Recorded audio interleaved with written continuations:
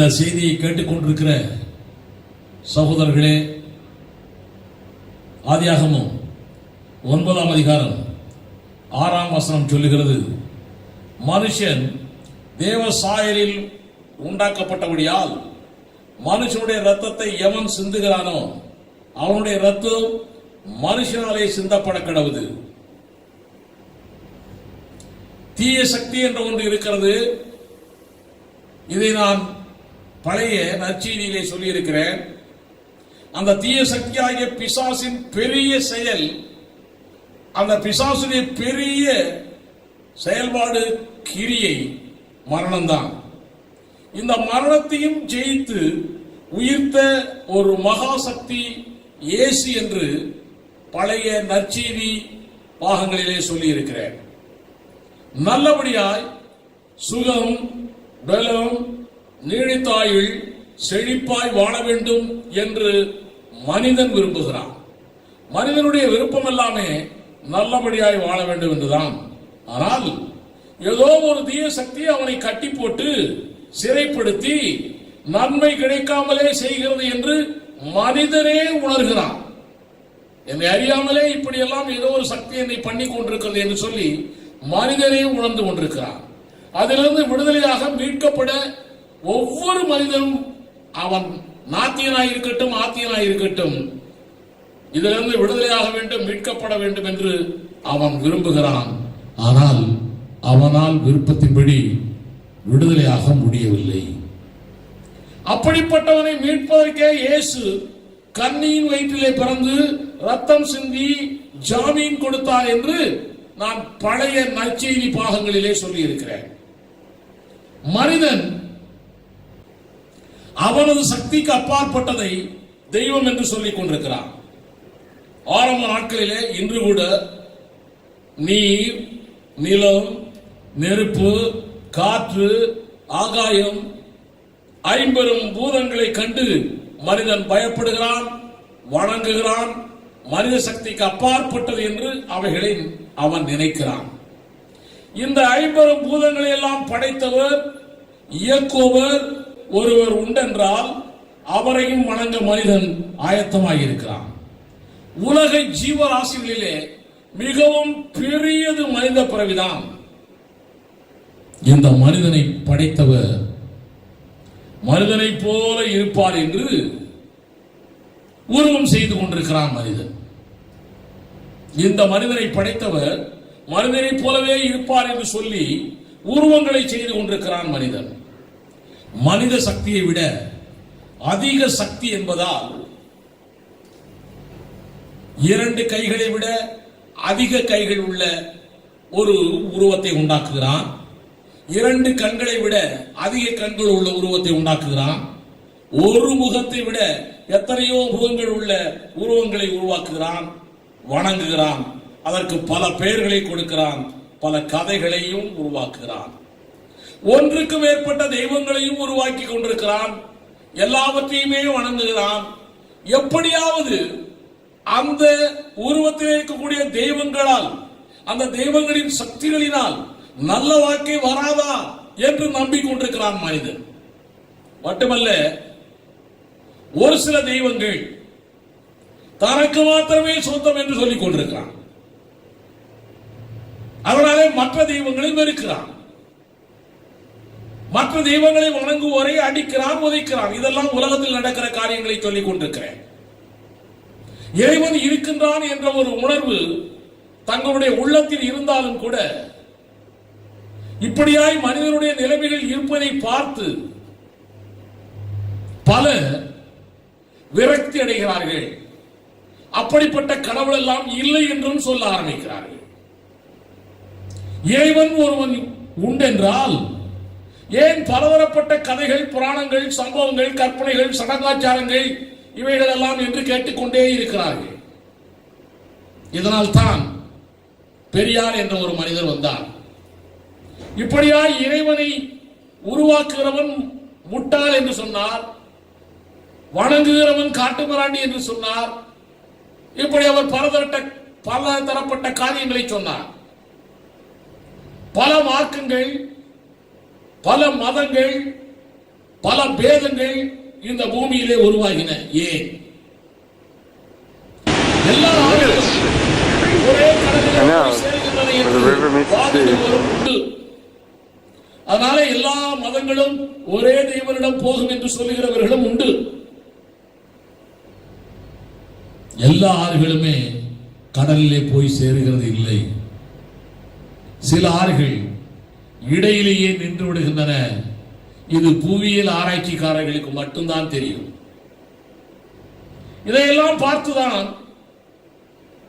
ராமலிங்க சுவாமி, பேரறிஞர் அண்ணா, திருவள்ளுவர் இவர்கள் எல்லாருமே ஒன்றே குலம் ஒருவரே தேவன் என்று சொல்ல ஆரம்பித்தார்கள். பல ஜாதிகள் இந்த பூமியில் இருக்கின்றன. சண்டைகள், கலகங்கள், தீவிரவாதங்கள் உருவாகி கொண்டிருக்கின்றன. நாம் எல்லாரும் பாவம் செய்த ஆதி பெற்றோர்களின் வழியிலே வந்தவர்கள். நாம் எல்லாரும் பாவ ஜாதி. உலகிலே பெயரை மாற்றலாம், ஊரை மாற்றலாம், மதத்தை மாற்றலாம். ஆனால் ஜாதி மற்றும் மாற்றவே முடியாது. அரசாங்கத்தில் இயேசு ஒருவர் மாத்திரம்தான் இப்படிப்பட்ட ஜாதியவே மாற்றி காட்டியவர். பாவ ஜாதியான நம்மை தேவ ஜாதியாய் ஆக்கி இருக்கிறார். அதனால்தான் அம்பேத்கர் கூட, சட்டத்தை எழுதின அம்பேத்கர் கூட, கிறிஸ்தவன் எல்லாரும் ஃபார்வர்ட் கம்யூனிட்டி, அவன் பேக்வர்டும் இல்லை, ஷெட்யூல் காஸ்டும் இல்லை என்று சொல்லி அதர் கம்யூனிட்டி அந்த லிஸ்டிலே கிறிஸ்தவனை சேர்த்து உயர்ந்த ஜாதி என்ற ஒரு அந்தஸ்திலே வைத்து விட்டு போனார். இயேசுவோடு இணைந்து விட்டால் உன்னுடைய ஜாதி மாறும். நீ உயர்ந்தவன் என்று அரசாங்கமே உன்னை பார்த்து சொல்லும். நிறைய இடங்களிலே கடவுளை பற்றி சொல்லுகிற இடங்களிலே ஜாதிகளை சொல்லியே கடவுளை பற்றியும் சொல்லிக் கொண்டிருக்கிறோம்.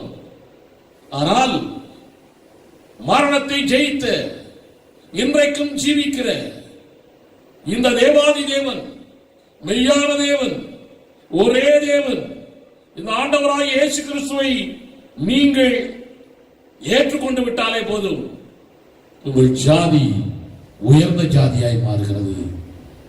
இது அரசாங்கமே மாற்றிவிடும். நீங்கள் கவலைப்படவே தேவையில்லை. உங்களுக்கு ஒரு காரியம் சொல்லுகிறேன். வேளாங்கண்ணி, அந்தோனியா, பெரியபாளையத்தம்மன், இப்படி பல இடங்கள் இருக்கின்றன. இந்த இடங்களில் எல்லாம் போய் பலி செலுத்துகிறார்கள். பலி செலுத்துறதுனாலே அவர்களுக்கு ஒரு சந்தோஷம், சமாதானம் கிடைக்கிறதாய் நம்பிக்கொண்டிருக்கிறார்கள். ஒரு காலத்திலே வாழ்ந்த நம்முடைய முதலமைச்சர், மறைந்த முதலமைச்சர் ஜெயலலிதா அம்மா கூட இப்படியெல்லாம் பலி எல்லாம் வெட்டக்கூடாது, பலி எல்லாம் செலுத்தக்கூடாது என்று ஒரு சட்டம் கூட போட்டார்கள். இவர்கள் எல்லாரும் அங்கே போய் எதற்காய் இப்படி பலி செலுத்தி ரத்தம் சிந்துகிறார்கள்? மனிதன் செய்த பாவத்திற்கு பரிகாரமாய் செய்து கொண்டிருக்கிறார்கள். வருஷா வருஷம் மனுஷன் செய்து கொண்டே இருக்கிறானே, அவனுக்கு பரிகாரமே கிடைக்கவில்லையா? ஏன் வருஷா வருஷம் செய்து கொண்டே இருக்க வேண்டும்? ரத்தம் ஏன் சிந்திக்கொண்டே இருக்க வேண்டும்? மனிதன் தேவ சாயலாய் படைக்கப்பட்டவன், டிவைன் கேரக்டர். அவனுடைய குணாதிசயமே தெய்வீக குணம். இந்த மனிதனின் ரத்தத்தை ஒருவன் சிந்தினால் அது தேவ சாயலை, தேவனையே கொல்வதை போன்றது. அப்படிப்பட்ட பாவிக்கு தண்டனை, பதிலுக்கு பதில் ரத்தம் சிந்தி அவனை சாகடிக்க வேண்டும். அதுதான் இன்று கோர்ட்டு கூட அப்படித்தான் செய்து கொண்டிருக்கிறது. தண்டனை பாருங்கள். கொலை செய்தால் தண்டனை, கொலை, தூக்கு தண்டனை. ஒரு கொலைக்கு ஒரு முறை தூக்கு தண்டனை. பல கொலை செய்தால் எத்தனை முறை தூக்கு தண்டனை கொடுக்க முடியும்? ஒரு முறை மற்றவனுடைய ரத்தத்தை உறைய வைக்கலாம், சிந்த வைக்கலாம். பல முறை அவன் தவறு செய்தால் முடிவே இல்லையே. அப்படியானால் தூக்கு தண்டனை ஒரு குற்றத்திற்கு தான் தண்டனை. தண்டனை பெற்றும் அவன் திருந்தி வாழ காலமில்லை, அவனுக்கு ஆயுசும் இல்லை. நம்மை உண்டாக்கிய தேவன் இவைகளெல்லாம் பார்க்கிறார். நம் பாவத்திற்கு தானே தண்டனையை அனுபவிக்க அவரே எண்ணினார். இந்த தண்டனையை நான் உண்டாக்கிய மனிதன் அனுபவிக்க வேண்டாம், நானே அனுபவிக்கிறேன் என்று அவரே எண்ணினார். தானே பாவத்தை மன்னிக்க விரும்பினார். எப்படி என்றால், தன்னுடைய விலையேறப்பட்ட ரத்தமாகிய உயிரை சிந்தி அவரே தண்டனையை ஏற்றுக்கொண்டார். இப்படி செய்த ஒரே தேவன் நான் பிரசங்கிக்கிற, நாங்கள் ஆராதிக்கிற ஆண்டவராகிய இயேசு கிறிஸ்து மாத்திரமே. வேறு யாராவது இப்படி இருந்தால் சொல்லுங்கள், அவரை தெய்வமாய் ஏற்றுக்கொள்ள தயார்தான். தண்டனை மட்டுமல்ல, அவர் நமது பாவத்திற்கான தண்டனை மட்டும் ஏற்றுக்கொள்ளவில்லை, பாவி குற்றவாளி என்ற பெயரையே மாற்றி நீதிமான் என்ற ஒரு பட்டத்தையும் கொடுத்து விட்டார். அரசாங்கத்தில் நீ பாவி இல்லை, குற்றவாளி இல்லை என்று சொல்லி கோர்ட்டில் விடுதலை பண்ணினால் கூட மறுபடியும் அந்த பகுதியிலே ஏதோ ஒரு தீவிரவாதம், ஏதோ ஒரு கலவரம், கலாட்டா நடந்தால் இப்படியாய் கோர்ட்டிலே, இப்படியாய் கேஸிலே மாட்டின இப்படிப்பட்ட ஆட்களை தான் முதலிலே கண்காணிப்பார்கள் போலீஸ்காரர்கள். ஆனால் நம்முடைய ஆண்டவர், நான் பிரசங்கிக்கிற ஆண்டவர் அப்படி அல்ல. என்றைக்கு உன்னை பாவ நிலையிலிருந்து நீதிமானாய் மாற்றிவிட்டாரோ, கடைசி வரை உன்னை நீதிமான் என்றேதான் பார்த்துக் கொண்டிருக்கிறார் ஒழிய உன்னை பாவி என்ற கண்ணோட்டத்தோடு அவர் பார்க்கிறதே இல்லை. ஒரே ஒரு தேவன் உண்டு, ஒரே ஒரு ஜாதி உண்டு. அந்த தேவனுக்கு, அந்த ஜாதி தான் மனித ஜாதி. ஒரே ஒரு தேவன் உண்டு, அந்த தேவன் தான் இயேசு தேவன். எல்லோருடைய பாவமும் மன்னிக்கப்படுகிறது இயேசுவாலே, எல்லாருடைய தண்டனையும் ஏற்றுக்கொள்ளப்படுகிறது இயேசுவாலே, எல்லாரையும் நீதிமானாய் ஆக்கப்படுகிறது இயேசுவாலே. இதைத்தான் ஒரு பெரிய கவிஞன் பாடுகிறான். ஒன்று எங்கள் ஜாதியே, ஒன்று எங்கள் நீதியே, உழைக்கும் மக்கள் யாவரும் ஒருவர் பெற்ற பிள்ளை. நிச்சயமாய் இது ஏதோ பாடலோடு நின்றுவிட்டால் பிரயோஜனமில்லை.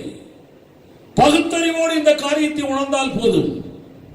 நிச்சயமாய் ஒரே ஜாதி, ஒரே தேவன், ஒரே குடும்பம், இப்படி சொல்லுகிற ஒரு தேவன் உண்டா? இப்படிப்பட்ட தேவன் உண்டென்றால்,